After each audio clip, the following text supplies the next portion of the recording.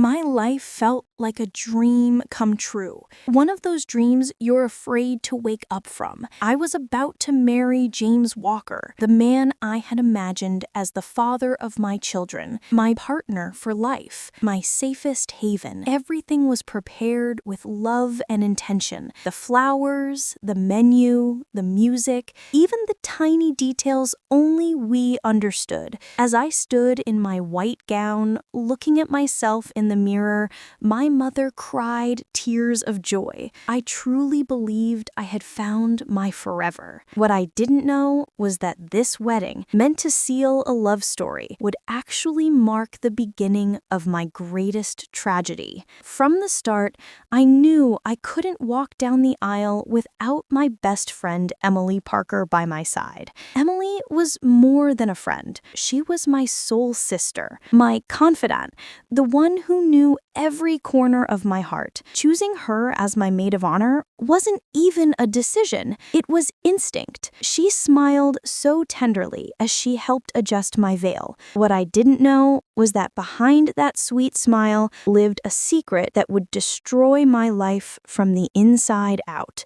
We wanted an intimate wedding, far from the noise of the city. That's why we chose an elegant estate tucked into the hills of Virginia, surrounded by century-old trees and gardens in full bloom. A stone manor, warm rooms, and enormous windows that welcomed the golden sunset. It was magical, but that same place would soon witness the most painful collapse of my existence. We rented the entire estate for the weekend. Both families and the wedding party stayed overnight. We wanted the experience to feel like something shared, something unforgettable. The night before the wedding, we all had dinner under string lights, with music playing and wine flowing. James seemed calm, affectionate even, and Emily never left my side. As usual, no one suspected the storm hiding behind that night. I went to sleep filled with hope, replaying the joyful moments in my mind. I pictured walking toward James in my dress,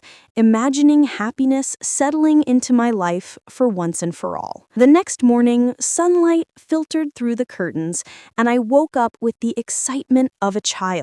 Emily was the first to enter my room. She brought me breakfast with that same soft smile, a smile I now know was a mask. I felt loved, safe, excited. I couldn't have known that nothing was real anymore. When it was time, my father took my arm. We walked toward the garden, where everyone was waiting. Soft string music filled the air, white petals blanketed the ground, and the eyes of our loved ones glistened with emotion. James stood at the end of the aisle with that familiar smile. I held back tears, believing I was stepping into the most beautiful chapter of my life. I had no idea I was stepping into my greatest heartbreak. When the officiant asked if I accepted to join my life with his, I said I do, without hesitation. James said it too, but for a moment his expression dimmed. I brushed it off as nerves. We kissed, surrounded by flowers and applause, and in that instant, I believed everything was perfect. The celebration was intimate and joyful. We ate under the stars while music played softly, but even as he smiled and talked with our guests,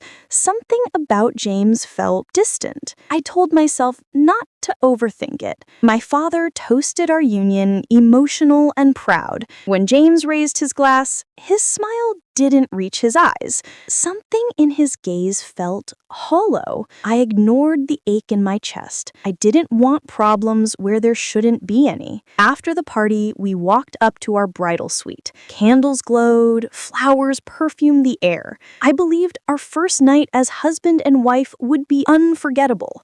For all the right reasons. I couldn't have been more wrong. James sighed tiredly. He didn't look at me. When I reached to hug him, he said quietly, "I'm tired." He turned away, undressed without a word, and walked to the twin bed in the corner of the room, the one meant for emergencies, not for wedding nights. He didn't kiss me, didn't touch me, didn't even say goodnight. He turned off the light. I sat on the marriage bed, stunned, invisible on the most meaningful night of my life. Tears slid down my face, but I made no sound. I didn't want to seem pathetic. Hours passed in silence. Eventually, exhaustion pulled me under, but not for long. A soft, muffled sound awakened me. James's bed was empty. My stomach tightened. I walked toward the hallway, following the faint noises. They led to a room at the end, the one supposedly assigned to James's mother. She had left during dinner, saying she needed medicine, and never came back.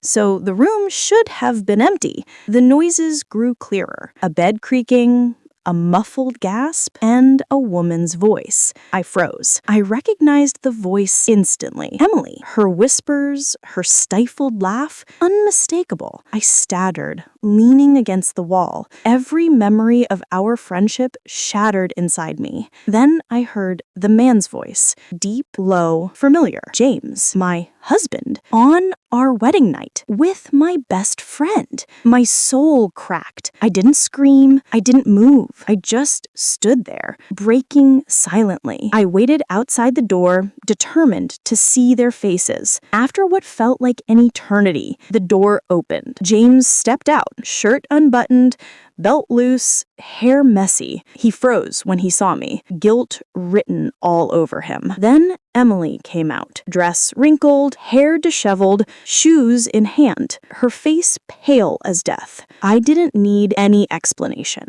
I asked why, my voice trembling with rage and heartbreak. James lied. He claimed he was, quote, helping Emily find something. His excuses were pathetic. I told him I had heard everything. After that, he stopped pretending. Emily cried, apologizing, shaking, but her tears meant nothing. She wasn't my friend anymore. She wasn't anything. My legs were weak. My heart was burning. But I packed my things, still wearing my wedding dress, and walked barefoot through the garden. No one followed. I wandered for hours, lost, broken, dragging the dress along the dirt. When the sky began to lighten, I returned not for him, but for closure. I gathered everyone in the living room and told them the truth calmly, clearly, with dignity. James and Emily were too cowardly to show up. My parents hugged me. His parents lowered their heads in shame. No one doubted me. No one defended them. I announced I would annul the marriage. I walked out and didn't look back. At home, I called a lawyer. I filed for divorce immediately. No second chances, no explanation.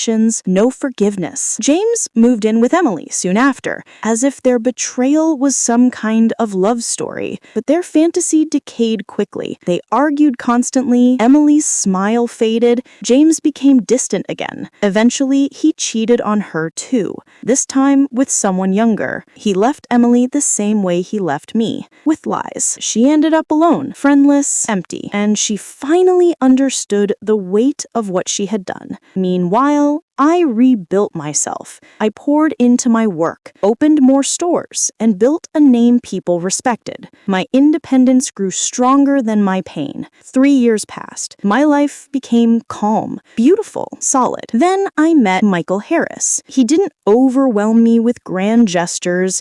He didn't try to save me. He listened. He respected boundaries. His presence felt like peace. Not butterflies, not chaos. Peace. Slowly, I trusted again. When we officially began dating, everything flowed effortlessly. I was no longer surviving, I was living. Months later, James sent me a nostalgic message, pretending to be mature and happy for me. I ignored it. Then, one afternoon, he showed up at my store, thin, tired, worn down by his own choices. He asked for $5